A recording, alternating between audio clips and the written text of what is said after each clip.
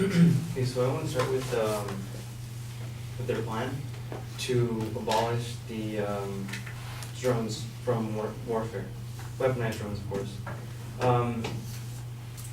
The purpose of the drones is to protect. So these protection strikes are intended to protect friendly ground forces who are under attack or about to be attacked. These are basically the eyes of the ground troops that are, say, in the mission for an intended target. They prevent other forces from attacking them, therefore are helpful in saving the lives of our troops. So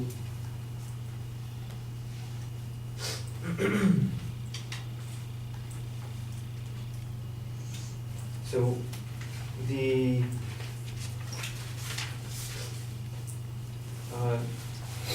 removing the drones, the weaponized drones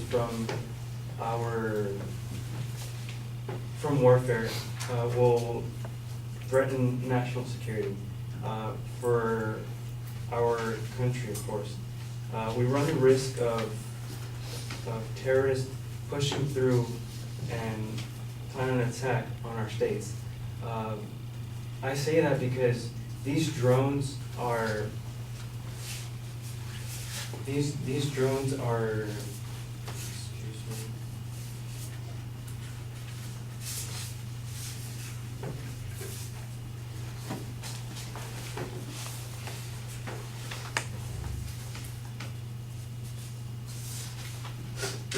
These drones are inflicting fear into the terrorists, preventing them from creating these plans of attack. For example, according to the Afghanistan reported U.S. covert actions, local officials reported the death of a senior Taliban leader in a strike. Although it was not clear whether the strike was carried by Afghan or U.S. forces, the leader was identified as Maulavi Ahmad Masroor, described as being in charge of suicide attacks. A further 15 other insurgents were killed, including 2 other senior Taliban leaders. The officials told the press that a statement from Helmand government media office reportedly named the other 2 leaders of Mullah and Sajjad. The strike prevented a suicide attack on a nearby district. And it just comes to show that if we did not have these drones in the air, we could have had a lot more casualties, of course. I want to continue with a disadvantage. There's less protection.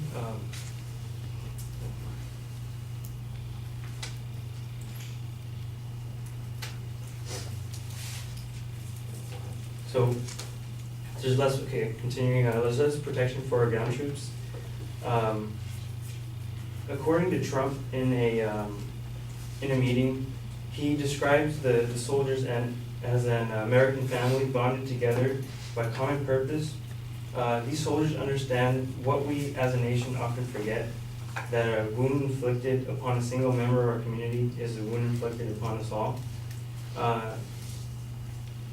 Therefore, we do what we need to do to protect these ground troops, as well as prevent them from stepping foot in our nation.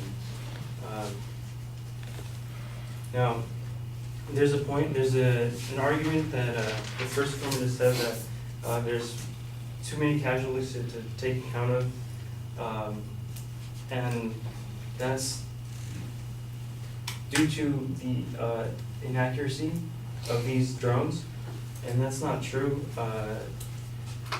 It is a myth, according to Sherman, and in the article "Drones Spare Troops." It is a myth that drones disproportionately kill civilians. after review, the deaths inflicted by American drones since 2004, the Pakistani Defense Ministry concluded the citizens' fatality occurred at a rate of 3% of total kills, which is 67 total. I want to compare this number to the 9/11 attack brought up by one of the opponents. A total of 3,000 3,000 people died that day in one attack, and the numbers don't add up from 2004 to 2018. A total of 67 of that rate doesn't add up to the significant amount in that one day. Therefore, the drones. Therefore, the drones are accurate in terms of their strikes. There were total reported strikes of 2,607. Total reported kills, 852 to 1,445.